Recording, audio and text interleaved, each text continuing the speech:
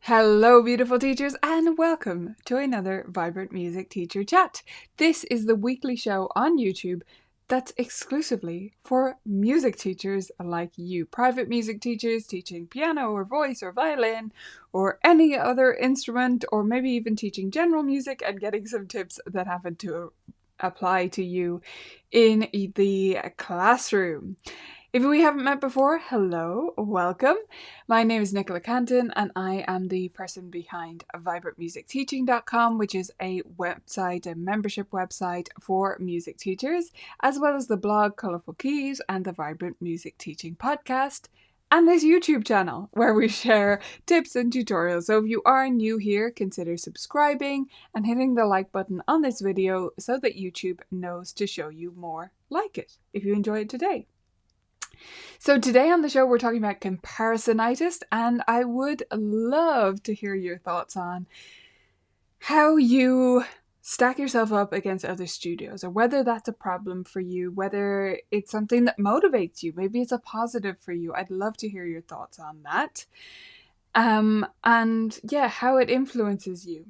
We're currently running our survey, which is why this topic came up in my brain. So if you haven't filled that out yet, that is at vibrantmusicteaching.com/survey. I know, very creative URL. So vibrantmusicteaching.com/survey.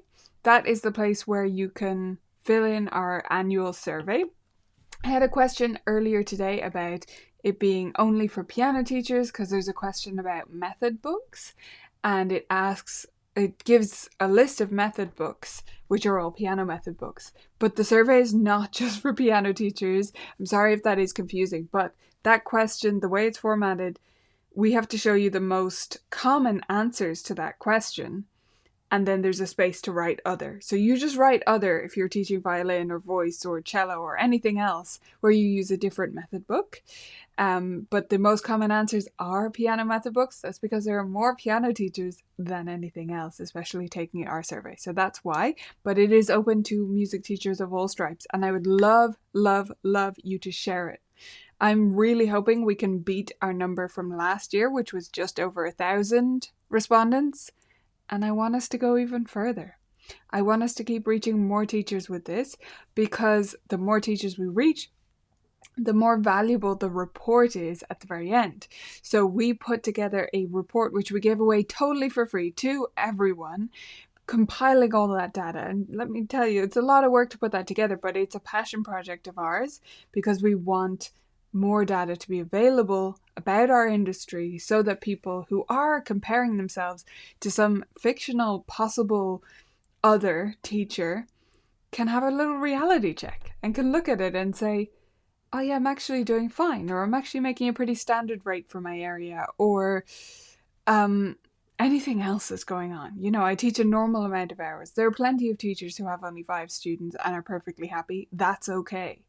Whatever the situation may be, if you have a report that you can come back to and say, this is normal, or at least there's some other teachers out there feeling this way or doing this way, it can be really helpful. So that is at vibrantmusicteaching.com/survey. That's where you get that, and I hope you will fill it out and share it. Please share it with any music teacher friends, or if you happen to be in some music teacher association, please share it with them. Please encourage them to spread the word. It is totally free. When we put the report together, we give that away totally free.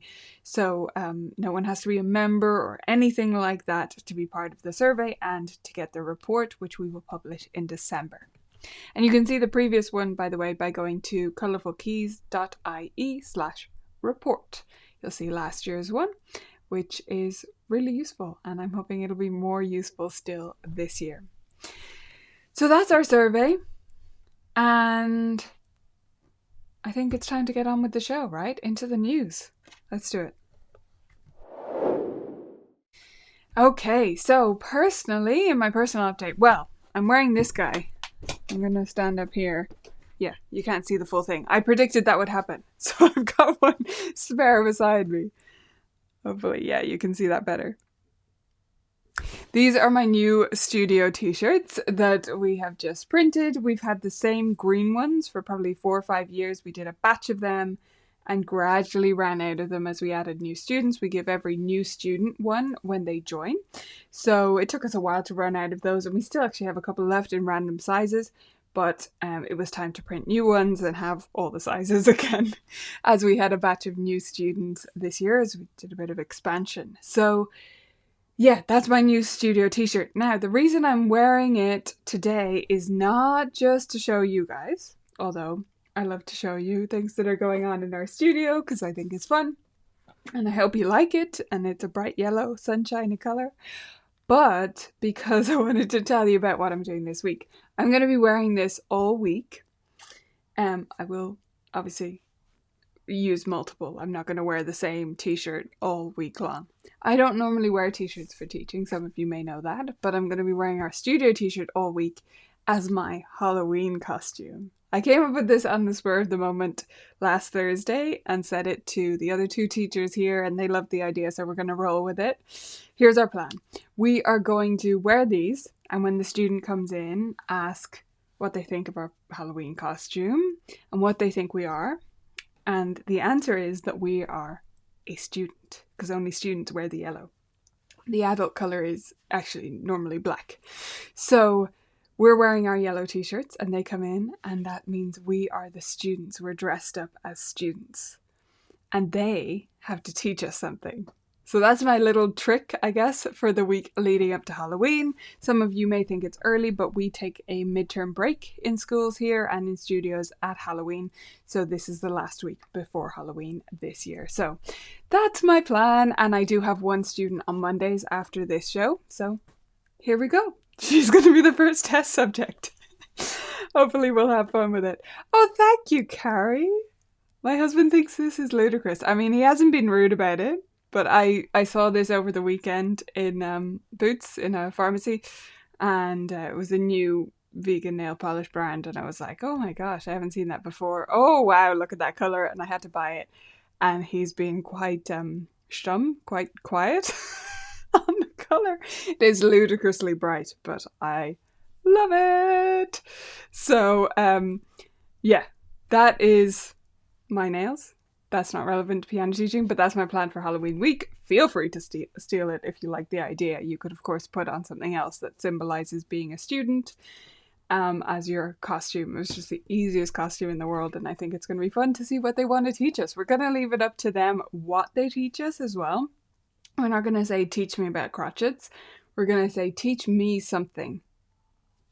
Anything. As if I were a brand new student. What could you teach me? So we're really excited to see what they come up with. Okay, and then what else have I been doing? Well, I've been actually working a lot of 2022 stuff this week. I kind of go back and forth between being in the now with VMT stuff and being way in the future. And we're in a bit of a 2022 period here at VMT HQ, aka my house. So we've been working on 2 things that I'm super excited about. Number 1 is Sulphur Railroad. This is the first time I've announced this, I think. So we've done Reading Railroad, which is our sight reading resource with backing tracks. Rhythm Railroad, which was rhythm actions, body percussion with backing tracks, which we've been loving, and there's still 2 more levels of those to go. So those will go up to level 6, and 4 is already out. But now, next year, I've decided to do Sulphur Railroad. Now, members out there who are like, no, Sulphur's not for me, singing's not for me, don't worry about it. Like, there's still 4 other resources every month that will be absolutely fabulous, and all our courses and all the other stuff. But this is going to be perfect for you if you already teach using Sulphur and want to integrate it more regularly, or if you have been a bit nervous of it. This would be a great way to get started yourself. I actually, when these come out, I'd encourage you, if you're not used to using Sulphur, try singing through them yourself in Sulphur and see if you learn something from the experience, and then try them with your students if you want to.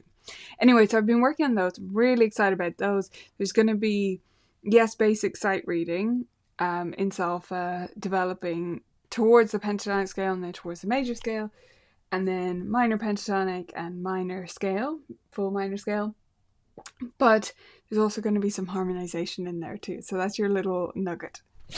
Then the other thing I am so excited about, and extra excited today because I just got back some test backing tracks for it. I can't give you a release date on either of these, by the way, yet, but they are coming up in 2022. And this one is going to be a scale resource like no other. I mean, I'm not going to tell, I'm just going to leave it at that in terms of describing what the actual resource is like.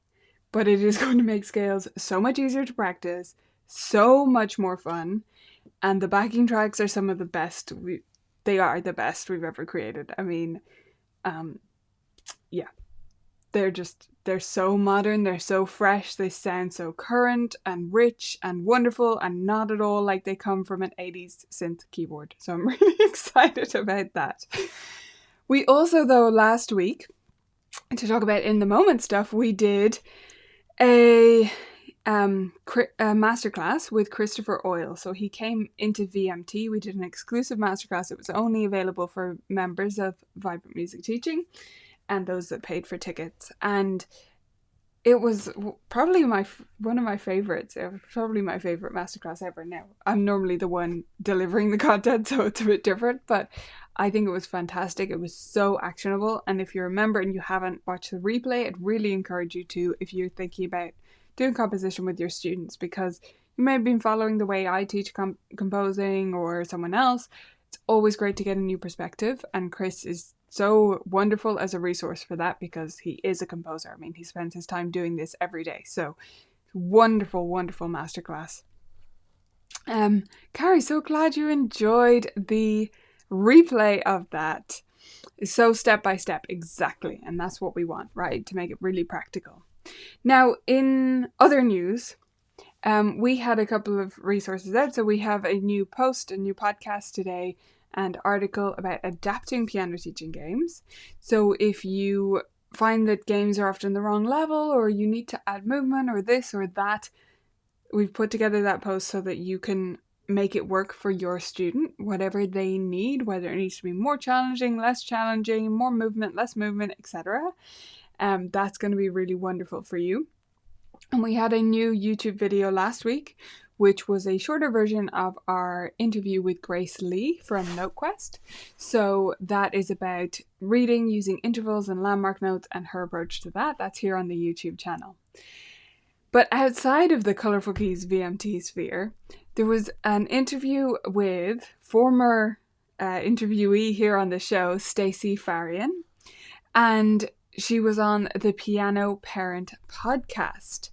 So I would really encourage you to listen to that, even though I haven't listened to it yet. But that is the top of my podcast list right now because I love Stacey. She's super fun. And I love Shelley. They've both been interviewees, actually. They've both been on the show, right?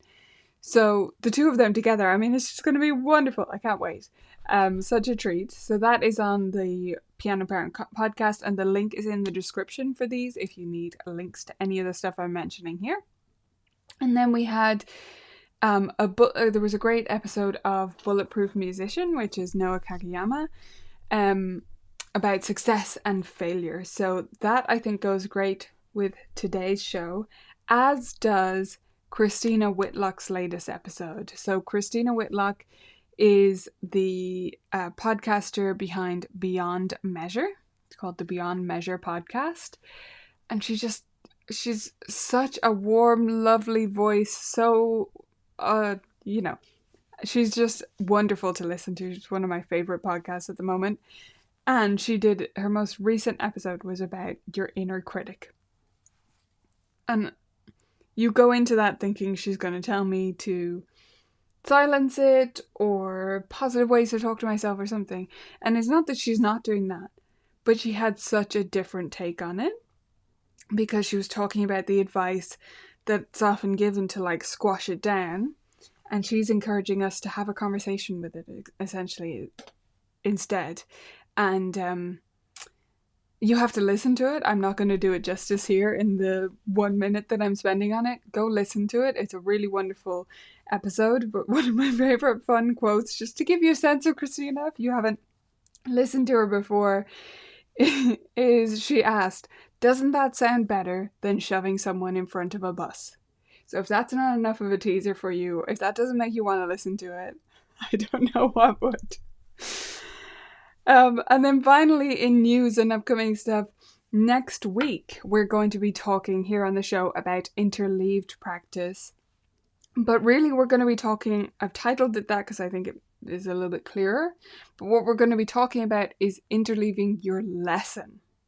So definitely come back next week if that sounds interesting to you. This was a question that came up from members based on the book we're reading together at the moment, which is Make It Stick by Peter C. Brown. So members, I'd mentioned that I've been interleaving our lessons more and more, like what we actually do in lessons. We've been making that more interleaved as a structure. And that needs so much more explanation. Like the member asking about it was right. So I want to do a show about that. So we're doing that next week. And then the following week, we're going to be off. There's no show because it is Halloween weekend and I'm taking a long weekend off to recharge before the second half of the term. So definitely come back next week if you can for that one. And with that, let's get into today's main topic. Comparisonitis can be a crushing blow to your studio. When you get distracted by what other teachers are doing, you're not as able to focus on making progress in your own studio. You spend so much time thinking about how this teacher down the street is doing it, or how that teacher right the way across the world is doing it, that you forget to focus on your students and the progress they're making and the things you're learning as a teacher. If that sounds like you, then I want to give you several different tips that can help you to change your mindset and to move on from the comparisons and to just enjoy your business, the majority of the time at least. So let's start by giving ourselves a couple of new frames. Now, the wording around these kinds of ideas that will be useful for you is different for everyone, for sure. Two things that are useful for me. Number one is advice I hear around this given more often, which is about running your own race. So if you think about running your own race, you're going into the marathon and you're going to run against your own time, run against yourself. That is going to be more useful, more powerful to drive you forward than comparing yourself to someone who started 20 minutes before you, or, in the case of teaching, 5 years before you. Running your own race can be something you can come back to again and again when these thoughts about comparisons and how you're not doing as well as you should be and you're not good enough creep in. The one that's even more useful for me and is not as directly related to comparisonitis on the face of it, is playing a bigger game. Now these sound similar, but playing a bigger game actually means more to me. When you think about playing a bigger game, it helps you to zoom out, to think about all those details as fitting into a much larger puzzle. Yes, if you get all the little bits wrong, all the puzzles pieces in the wrong spot and you zoom out, it's not going to look like anything. But if you have a 5,000 piece puzzle and you get one thing twisted the wrong way and you zoom all the way out, well, they're just pixels. You're not even going to notice that one of them was wrong. So thinking about it as playing a bigger game, meaning your studio is having a bigger impact, your business is here for the long term, can be really useful when you get bogged down in the details of what one other teacher is doing in this moment right now versus what you're doing right now. These two things together, running your own race and playing a bigger game, might just help you to do one thing.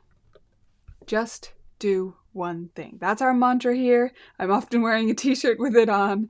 Just do one thing, because if you do one thing, you will move forward. You get that momentum going and it will continue to push you forward. But if you get frozen in spot looking at what other teachers are doing, you're not going to go anywhere. My next tip is about your identity. So this is where I think our marketing course, which is linked to in the description, could be really useful for you. It's called Modern Music Teaching Studio Marketing, so it might sound like it's nothing to do with our identity. But through that course, you'll actually build a picture of who you are as a teacher, what makes your studio different, and what you want it to be like. And the clearer your picture of what your identity is, the more you can tune out all the extraneous noise, all the nonsense that's really just getting in the way. For instance, in my studio, I know that I'm not trying to train people who win classical music competitions or who get the absolute top marks in every exam every single year. Now, my students might do that. I'm not holding them back from having those opportunities, but that's not my focus, and that's not who I am. I'm also not the person who's going to enforce practice. Not my jam. I'm going to encourage it. I'm going to help parents to develop it, but I'm not going to give out to anyone for not practicing. I'm not going to have a practice contract, because this is all part of a bigger picture of who my studio is, what my studio is, who I am as a teacher, and the kinds of teachers that I train here. We're about fun, engaging lessons that connect with all different types of learners. And if I keep coming back to that, keep going back to the students we have now, I can tune out 95% of the ideas out there. They might be great ideas. I might appreciate the creativity or the nuance to the details of what they're doing, but they are not for me. I might come back to them later, I might not, but right now I'm just going to canoe on by on the stream.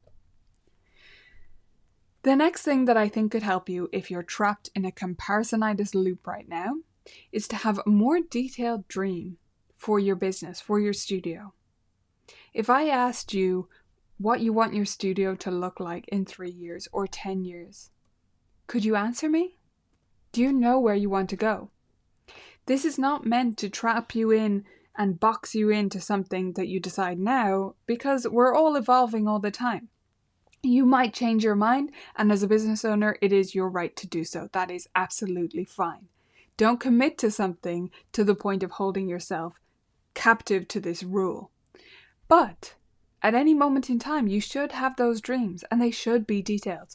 You should be able to visualize yourself in that environment, in the studio, as it looks. Maybe it's just like the one you have now. Maybe it's in a different location. Maybe there are more students. Maybe there are fewer students. Maybe there are higher level students. Maybe there are classes and you currently teach one-on-one. But if you can fully picture that, then you can start to see the path towards it. And if you can see the path towards it, you can see how maybe that teacher is further along that path than you are. Or maybe they're on a completely different road going to a completely different location. And that is fine. Either one is fine. Maybe they're behind you, maybe they're ahead of you, maybe they're on a parallel road. All of those are fine and have nothing to do with you getting to your destination as you see it right now. And then there's the idea of taking a peek inside other studios. This is where, if your comparisonitis trap is all about teaching, the pedagogy, the how of teaching, what's included in the lessons, and the nitty-gritty of how they're actually teaching, taking a look inside other studios can be valuable, extremely valuable. And it's not about you wanting to imitate them, but it's about satisfying that curiosity, and yes, maybe telling yourself that you're doing okay. Maybe you're doing something better than them. Maybe there's something you can learn from them. But this is an opportunity that we haven't had until recent years. But now you do. There are videos right here on my YouTube channel, and there are videos, way more videos, inside my Vibrant Music Teaching membership that are literally a camera in the corner of my studio. You can look at me teaching. You can look at what happens when a student lies down on the bench and whether I choose to address that or not. You can look at students interrupting me and how I address that, or a student having a wonderful light bulb moment. These are all things that happen to all of us at different stages, And nothing is perfect and polished like you see in some promotional videos for method books or something like that.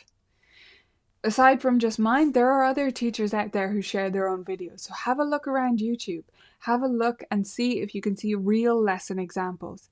They're always going to be cherry-picked a little bit, but they can be really valuable as a way to see what you're doing right and what you could do differently and the different approaches that are out there.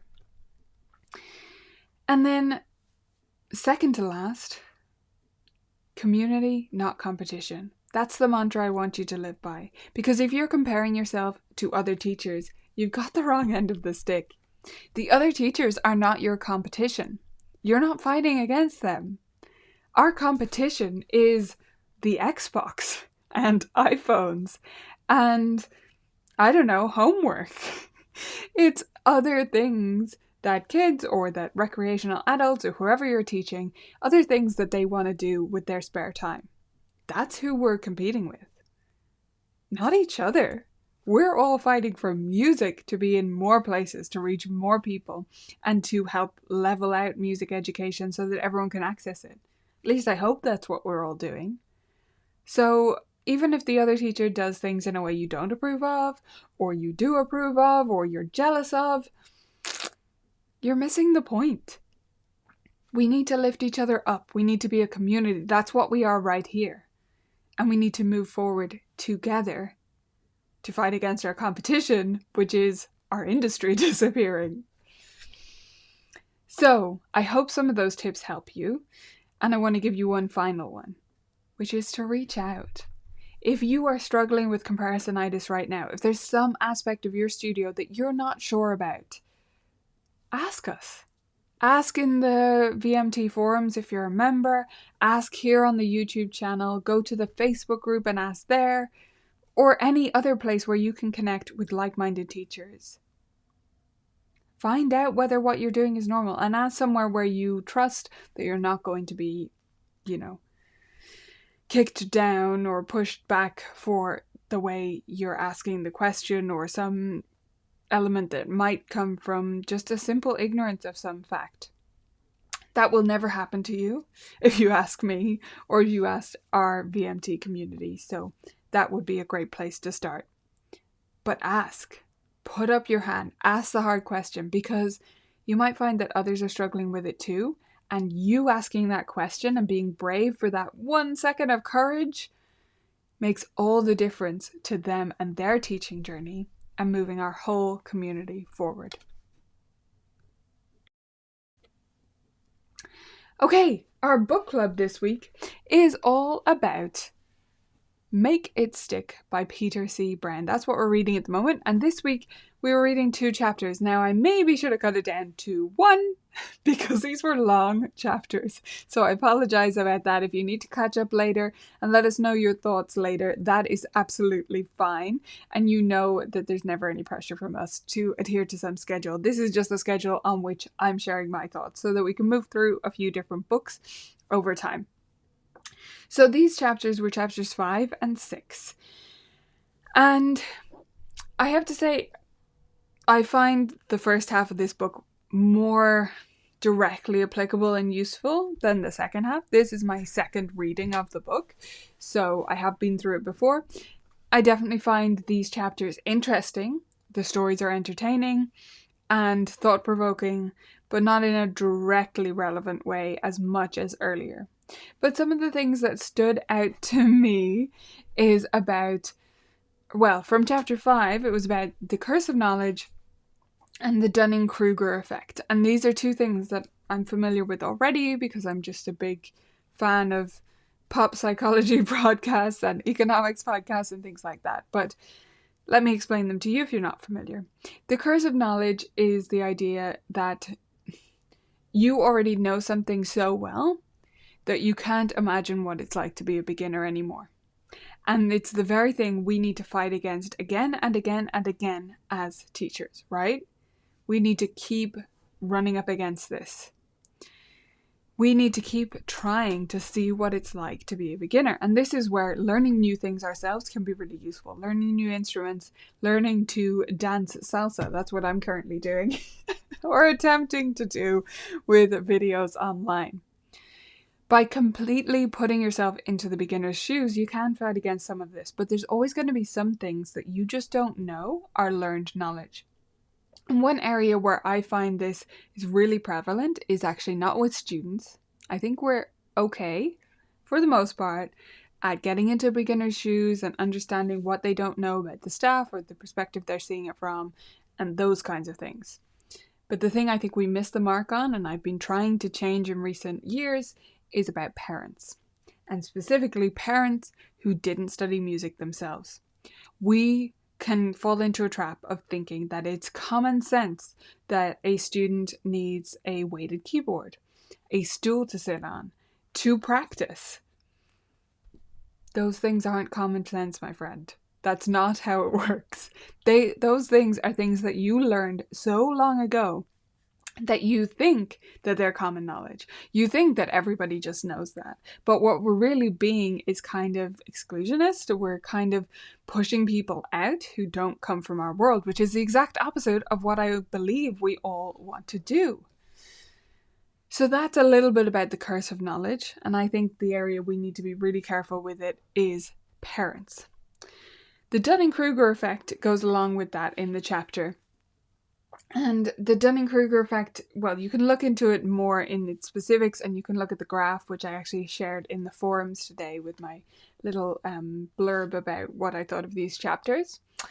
But the thing I'd like you to extract from that, or I'd like to take it further with, I guess, is about this idea of these 4 stages of learning. You might have heard these before.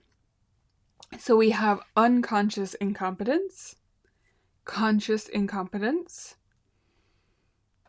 conscious competence, and then unconscious competence. And what we need to be aware of, this is similar to curse of knowledge, we need to be aware of are the areas where we have unconscious competence.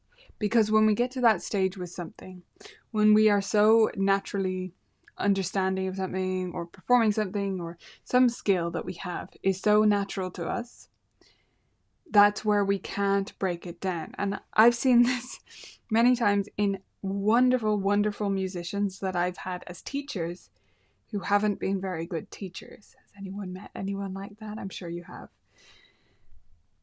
If someone is so good, and especially if they got very good very young, they can work on their teaching skills. I'm absolutely not saying they can't be great teachers, but if they don't fully examine all the stages of learning that someone goes through to understand what they understand, then they just gloss over the surface and they don't end up teaching, and they don't invest in their teaching skills. This is where some of us that maybe struggled a little bit more in music studies, I believe, have an advantage because we have a better memory of the steps that we went through. Yes, it won't be the same for all of our students, so we still need to learn a lot more about teaching and learning stages too, but I think it can give us a leg up in the area of teaching that because we didn't have it in the area of music studies. At least that's how I see it. Chapter 6 then was about learning styles, and once it started playing, I thought people who read this might be ruffled. Especially if you come from a classroom background, I believe, and I think especially if you come from the US or North America. I'm not sure. I don't come from a classroom background, so I can't speak to that really here in Ireland, but I get the sense that learning styles and the popularity of teaching based on students' learning styles is maybe a little bit more prevalent over there. And it comes from a great place, and I'm not here to tell anybody they're doing anything wrong. All I will say is if you're yet to read chapter 6, and that is you're someone who thinks about learning styles a lot and tries to facilitate visual versus auditory learners or that kind of thing, if you fall into that camp, try to go into this chapter with an open mind. That's all I'm asking. Because I don't want to say you should come out completely having changed your mind from one book. I think that would be irresponsible. But I also think it's irresponsible for educators to go into something with a preconception. And it's easy for me to say in this case because I didn't have that. But one place where this happened for me was Punished by Rewards, which is a different book we could reread together if it's of interest, but that is by Alfie Kahn. It's a bit of a harder read though, I will say. But anyway, that is something that really challenged me. So I'm not immune to this, and I definitely have felt that pushback against, can that really be right? Or, when your instinct is just to throw a wall up, I want to encourage you to say, okay, but let's unpack it and see, if I take apart all the Lego blocks, will I still put them back in the same place at the end? It's a really hard thing to do, to refresh your own thinking, but maybe that chapter is the challenge you need for that. Now, aside from the learning styles thing, one thing I took from that, well, two things I took from that, again, on my rereading of this book, was the idea of dynamic testing and example learners versus rule learners that he talks about. He kind of glosses past dynamic testing, so I more took note of that as, is this something I could investigate further? Is it a term that's used more widely? So that's something I'm going to look into, because I think it's an interesting concept, but I do think it would be really challenging to put into practice with the little information shared in this book, because he's basically saying testing should be a way to find your weaknesses so that you can address them, not a way to congratulate yourself on what you already know. And that's very easy and sounds good to say, but tough to implement, because there's so many ingrained ideas about what it means to have a test, or an exam or whatever, that when you get those results, it is going to feel like, great, I did this really well, and oh no, I didn't do this well. That's my simplistic summary of my thoughts on that so far. It's something I wanted to look into further, because maybe it is possible, and maybe there's more information out there about it. And then lastly, example versus rule learners. So this is something I didn't really pick up on or didn't retain from last reading of the book, and I thought it was really interesting as a distinction. So people who learn examples that they piece together versus they take those examples and make them into rules that they apply. He's not saying, or at least I don't believe he's saying, that one is better or worse. He's just making the distinction in the types of learning there, in a learning style that he believes is useful, I believe, and how we apply that and how we understand it. So the way I thought it was interesting was just to look at ourselves and which one we are, which I extract rules. That's me. I'm the rule one. And ask ourselves what our students are, or which way they lean, or in certain circumstances, which way they're reacting, so that we can better understand how they're learning. I think that was interesting to think about as a distinction, and something I hadn't picked up on before. I would love to hear your thoughts about the book. As we work through it, if you haven't started it and you're interested in it, it's called Make It Stick. It's by Peter C. Brown.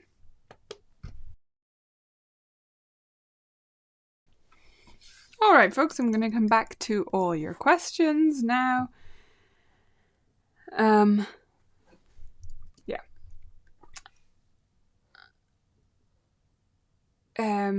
Corey said, I missed this, but super excited for the scales practicing with backing tracks. When will this come out? As I said, I don't have a release date for that yet, Corey. And will it come out as one package? It will be spread out into many, many levels. It is, when you see what a beast it is, you will see why. But that's all the detail I'll give you for now. It will be spread out a lot.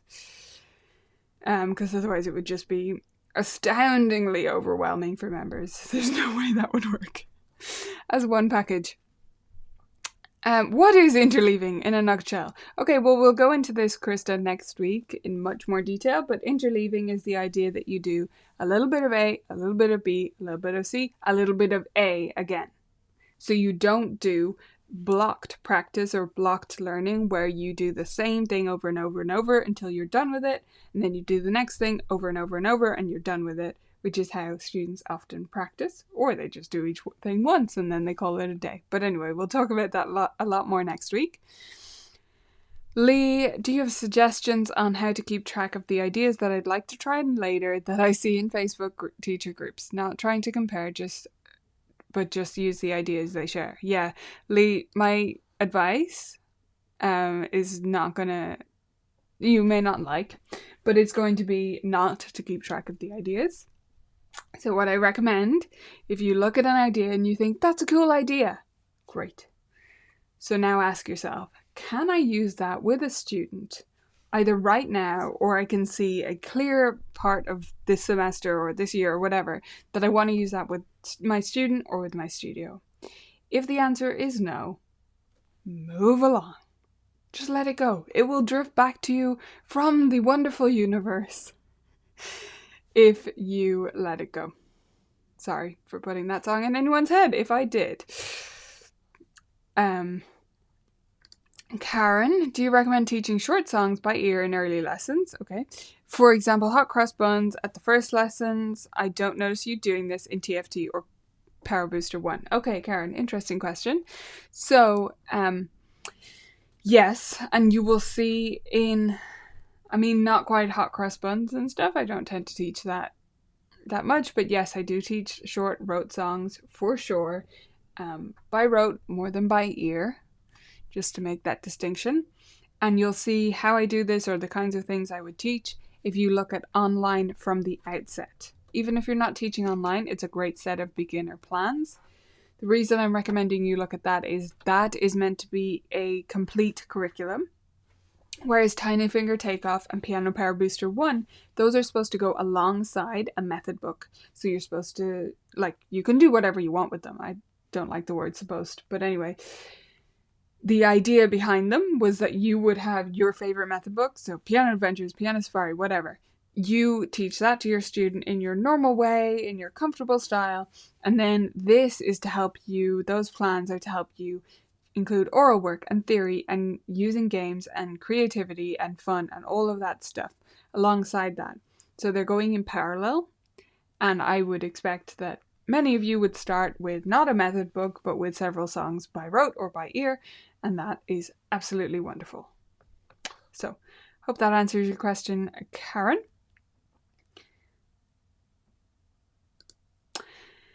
And that is it for today, I think. Yes, I've answered all the questions. Thank you, everyone, for being here. It's been a blast, as always. I hope you can join us next week when we're talking about interleaved lesson plans, as it were. And the following week, just to remind you, we will be off. And one last reminder to take our survey totally free, and the report will be published totally free, so please share it with your teacher friends and take it yourself so that we can get more data on the music teaching industry. Thank you all so much once again, and I'll see you next week. Bye!